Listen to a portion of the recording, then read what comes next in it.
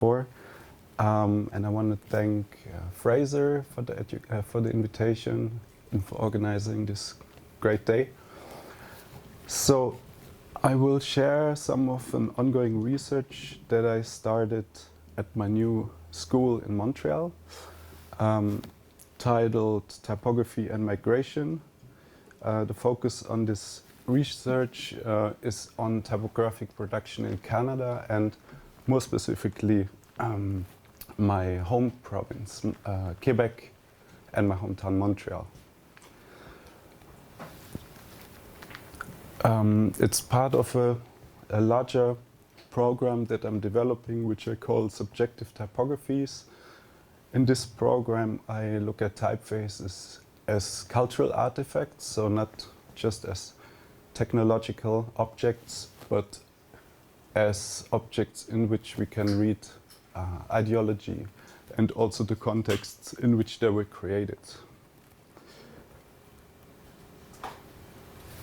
As a kind of archaeology of typography, this research started mostly with ephemeral prints like newspapers, maps, and type specimens. So I will be showing a lot of documents. I decided to keep the whole presentation in black and white, also because at this point I'm only slowly starting to produce new work from it. So for me at this point it's very much of a mapping project. The lecture has two parts. First, I will set out for you a factual history of typographic migration, which is here on the left, illustrated through maps, newspapers, and then I will go in a more experimental reading of two specific type specimens, where we'll look at language fragments and at the ideological dimension, which you see in these typographies. So, as a short context, as we all know, the variety of accessible fonts is constantly evolving, and typeface design is influenced by technology, but also the aesthetic discourses in which we find ourselves. The perspective of us designers and our local contexts add to this complexity, and then it gets more complex even the moment that these typefaces are being used. So the first printing press arrived in Canada in 1751, which is almost 300 years after the invention of the printing technology of Gutenberg's invention in Germany. And it took another 150 years for it to spread throughout the whole country. My interest from the topic came quite naturally after my own relocation to Montreal in 2022 from Amsterdam. So at the beginning, it was a way for me to try to understand where I am and how graphic design and typography functions in this new environment. I had already relocated before that in 2004 when I moved from my birth country Germany to the Netherlands, where I studied and then stayed for nearly 20 years. So this was my second relocation, and I think this caused also this interest in now really looking at how are things produced locally, but also how, then in this case, typefaces migrate. So this migration, first between the countries of Europe and then to other parts of the world, across the Atlantic to the United States and finally to Canada, is a parallel development with the relocation of people, the spreading of printing technology, and the processes of colonialization by world powers like England and France. So here we see a world map drawn by Martin Waldseemüller in 1507. It's the first map to include the name America. Where do we see it? Here. On the Western Hemisphere, just 15 years after Columbus. What it shows us is not only geography, but also how quickly Europeans inscribed this new name and by extension their authority onto a land that was already inhabited. In 1539, the Spanish brought the first printing press to the Americas. It was installed in Mexico City, where it printed mainly religious texts and administrative decrees from Spain. Almost a century later, in 1638, the English brought the press to Cambridge, Massachusetts. This one served the English colonies then and produced almanacs, textbooks, and eventually newspapers. So we see how presses migrated across the Atlantic, following the roots of the colonizers and how they were put to use to organize authority. So typography in North America is a story of migration, of people, of tools, and of printed forms. And Quebec, where I'm living right now, as one of the largest and earliest centers of printing in the region, played an important role in forming the print culture and also the linguistic landscape. My colleague Louise before spoke about the bilingual aspect of Quebec, which is also very much related, I guess, to what I'm interested in. So the spread of print was never neutral. It was always bound up with control, with impositions of language, and with cultural transformation. So zooming in on this map, so this is the detail there on the bottom right. It traces the migration of printers and presses in the 18th and 19th centuries. So it's not a specific moment, but it shows quite a long period. So the dotted lines show how presses traveled along with the movement of the printers. So what you see here, this is Philadelphia, this is Montreal, this is probably Trois-Rivières, another important city along the St. Lawrence River in Quebec. Then we have New York and Boston, from which presses traveled to Nova Scotia, Prince Edward Island, Halifax, that's where the first press arrived. So to me this was a first surprise, because somehow I assumed that that first press had arrived from Europe, but actually almost all the printing came up from the US into Canada. So here, all these small dots that you see are the around 700 Canadian towns and villages that by 1940, when this map was made, had the active printing culture already in newspapers. So this density of the network shows us already the scale at which printing shaped everyday life. This dotted line here, which I'm still wondering about, which I need to find out more about, is between Winnipeg and Toronto. So it goes from what we now call Canada to Canada. Yeah, so typography history is also the history of the machines. So this wooden press, built in 1780, has an interesting history. It was brought to Quebec City by William Brown, the first printer of the province, and then moved from Quebec to Toronto, where it survived the War of 1812 and where it for decades printed official documents, newspapers, and books. So one of the projects that I would like to do is to re-travel this route together with my students and also produce something on the road. So this printer, Brown, founded the Quebec Gazette in 1764, which was the first newspaper printed in Quebec, was bilingual in English and French, which again, as mentioned, reflects the linguistic reality of this area, which back then was still a colony. The newspaper positioned Brown not only as a technician or printer, but also as a political actor and colonial mediator. So many of these early printers afterwards became politicians, actually. So they produced the technical means while also shaping the narratives also by their role as editors, not only printers. So printer, editor, politician, I figured was quite a common, step. While the Quebec Gazette was the first one in Quebec, the first newspaper in what became Canada was the Halifax Gazette, which was published in Nova Scotia in 1752 by a printer called John Bushell. This one consisted largely of official notices and reports of Britain, which again illustrates how printing could serve as an instrument of governance who carried the official word across the colony. So this double function I find very interesting, a tool of expression but also authority.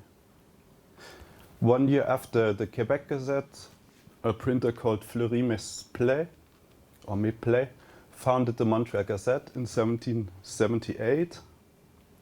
So this one is still being published, so it's been published since almost 250 years with a few short interruptions, so it's the oldest newspaper in Canada.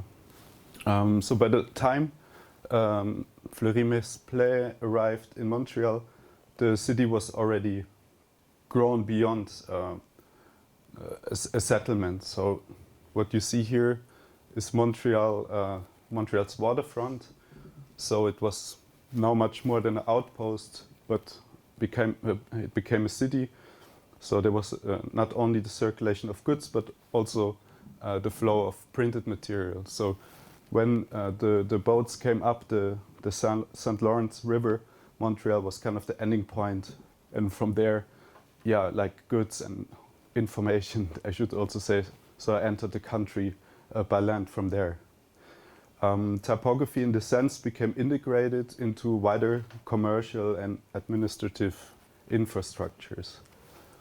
This is a historical map of Montreal which highlights all kind of places like markets, schools, prisons, churches, hospitals, and administrative buildings. And we can imagine that where a press was located in this landscape influenced who had access to print and how information circulated. A few decades later, the first directories of Montreal were published, which document the expanding industries. Among the entries, we find listings for newspapers and printers here on the right, and also significantly for my research, the first type foundry of the city, the Montreal Type Foundry. So this moment represents an important transition. We're now around 1850. The first newspapers were 1750, so 100 years later. After relying on imported typefaces from Europe and the US, now type was produced locally. So not just printing with what was available, but producing the tools within a local economical context. These are photographs of Montreal from the 19th century, and here we can see that this was also the moment that typography becomes part of daily life, where the city became a continuous field of text. So this marks the moment of a typographic culture in Montreal, and it's the period that the Montreal Type Foundry was producing typefaces. These are two covers of the two known specimens of that foundry, the left one from 1850 and the right one from 1865. And what's interesting is that this was just before the foundation of Canada as a country in 1867. So it was really in this moment of where things got formalized. So also I'm going back again. So here I'm starting to get interested in the blind text or the dummy text in this specimen, because I noticed that very often the place was mentioned. But specimens are not technical catalogs, so they are documents of intention. They reflect what kinds of language were considered necessary at the time, being an edit that was done by somebody. So somebody decided to put these words in the specimen and not others. So we find administrative formulas, commercial slogans, educational phrases, etc. So very diverse content. So they are more than a filler. They are traces of priorities, educational, ideological, cultural. So how I like to look at these specimens is as political documents. So they show how typographic production in a newly forming society was a negotiation between different voices, dominant, marginal, between official discourses, but also everyday language. This blind text here, for example, tells the origin story of Montreal in quite some detail, including a mention of First Nation people acting as guides for the settlers. This blind text shows the high degree of self-awareness of the printing trade at that time. So with much pathos, the text directly addresses the mobility of the printing press with expressions like beyond the Atlantic waves or upon the shores of the Caspian Sea and so on. But it also associates the tool with words like power, eternity, and immorality. So looking at the linguistic dimension, I propose that we could look at these type specimens as a kind of a literary genre, sort of a technological poetry, you could say. And to further explore this dimension, I started creating collages from fragments of the Montreal type foundry specimens, just to leave the documents, leave this factual research. So I selected material touching on different topics and I started combining them, creating associations. So here, for example, is a collage where we move from a romantic description of landscape, kind of like a picture postcard, to a colonized tree. So it's a tree that's been given an identity, and then we move on to technological category, and how I like to read this as a story, as a kind of a transformation, is that the tree is being turned into a building material to build a wall on which this picture is attached. So I'm trying to play with these fragments to also reimagine maybe the moment in which this was produced, or the moment that it referred to, because of course it was long after the first settlements. But it continuously refers to these origins. So I want to see how the material can be animated or reanimated, and to bring out the way in which these text fragments function as signs in the construction of meaning. During that phase, so quite recently, I discovered a text by a Russian philosopher and linguist named Valentin Voloshinov, who in his 1929 book Marxism and the Philosophy of Language argues that language is never neutral, that it's always embedded in a material reality and in social structures.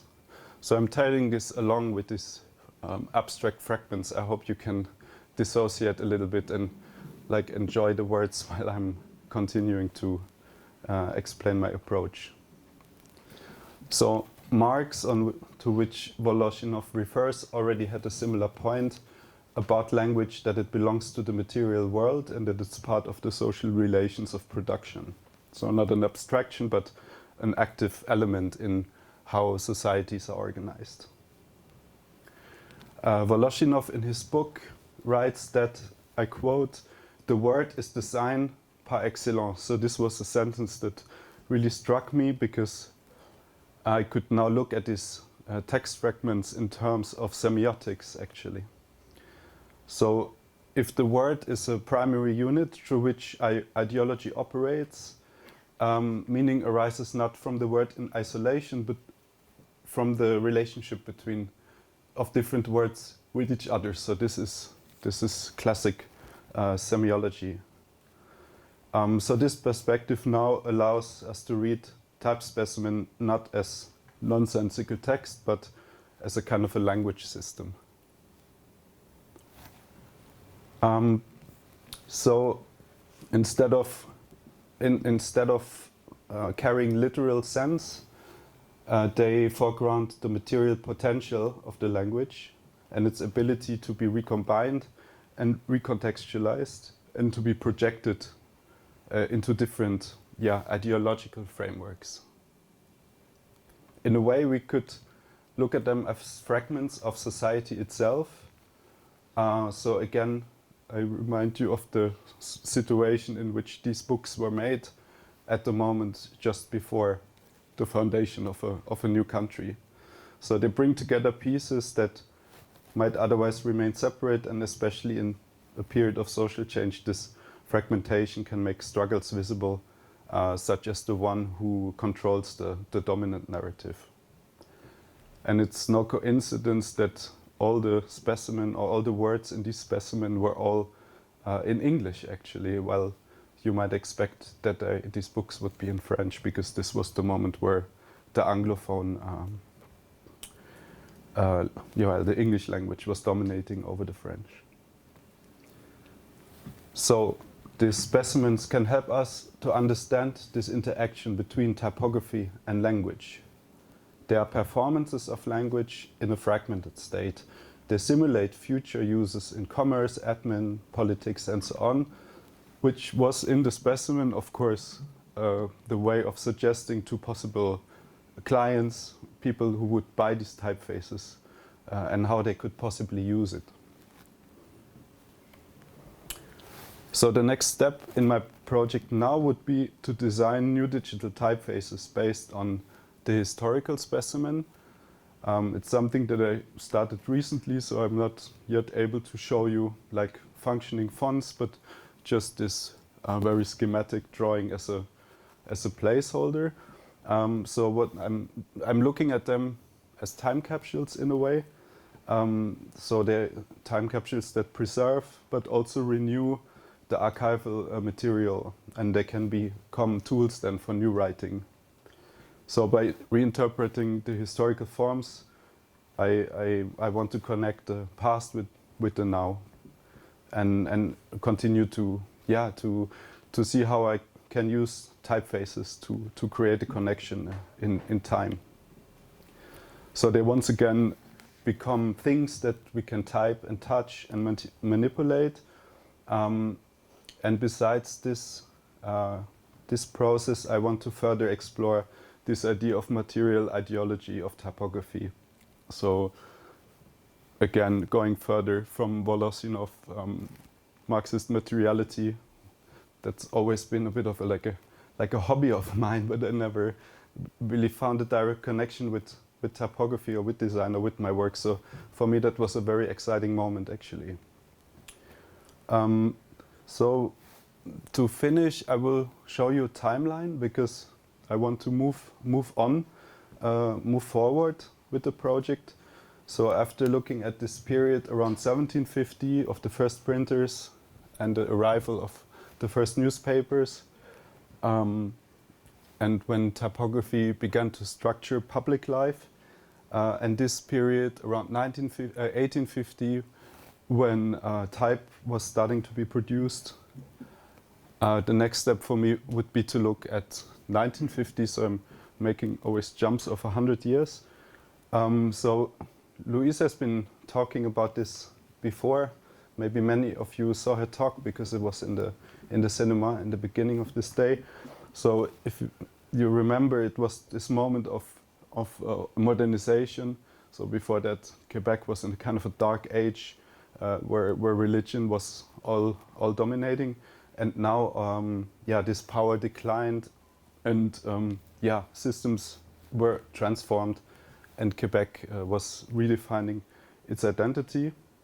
What you see here, this document is a famous publication, manifesto by an artist called Émile Baudurat from 1948, which is called Refus Global, like a total refusal, in which he's demanding a social and cultural and political change in Quebec. In typography, of course, this was also a turning point with the rise of offset printing and a more international flux of typefaces.